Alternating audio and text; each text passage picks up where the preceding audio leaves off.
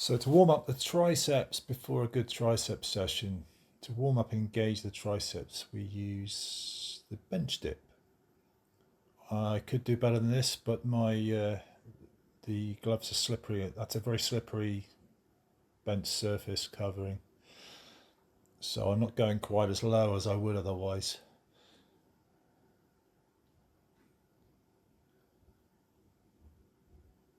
It's a bit tricky, that one, when you haven't done it before, but persevere.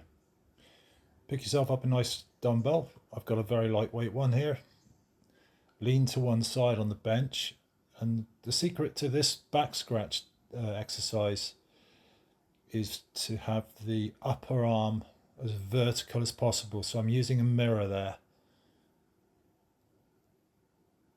to check, and be careful not to hit yourself in the back of the head as you come back down again, something I often do. It's one of the hazards of getting into this position, but I love this position. I don't see many people doing it, but again, this is one of the old school exercises from back in my athletics days. It's great. Why it's great scientifically, we'll talk about that in another lesson. And from there we go to the kickback, which is a lot more popular. Again, the upper arm is key. Instead of vertical now, it's now horizontal or slightly above the horizontal, which is fine. That's quite normal. Notice the pause right there at the top there. It's extremely important part of this exercise. So you've got a nice right angle at the bottom, 90 degrees, and you're bringing it right up to an elbow lock and holding. But you're going up slowly, you're not jerking and throwing around. Have a good shake of the arms, wobbling the triceps, encouraging the lactic acid in there to disperse. Jogging on the spot, shaking out the shoulders, shaking out the arms, crossover swings. It's very important here and there throughout your sessions, throughout the gym session. Get that relaxation done. Now this is a really useful piece of equipment, especially for boxing, mucking about there. So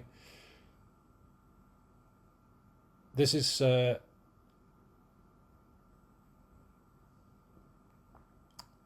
tricep push downs, or tricep pull downs, we sometimes call them in the UK. And this is using the rope attachment. I've forgotten the name of it right now, but there you go. Now that gives you better range of motion for the tricep push down, but you can't lift so much weight. Now I'm changing to the V-bar shape, which you can see there, and that gives a more limited range of motion, but you can lift a lot more. Well, probably twice the weight. Again, pausing there briefly at the bottom. And these are excellent exercises to do with drop sets until you completely burn and crush the muscles. So drop sets, or you just keep doing set after set, gradually dropping the weights. And after biceps and triceps and chest and shoulders, I like to have a little punch on the bag, mucking about, nothing too big, don't want to hurt myself. A few little random kicks, just dynamic stuff. Kicks, high kicks, flat toe kicks, elbow punches, and various, only lasts about a minute. And it's just to kind of finish off really after a heavy session.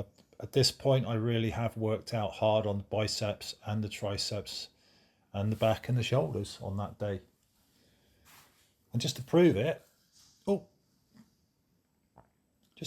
right at the end, I decide I might have a few dips left in me, bar dips.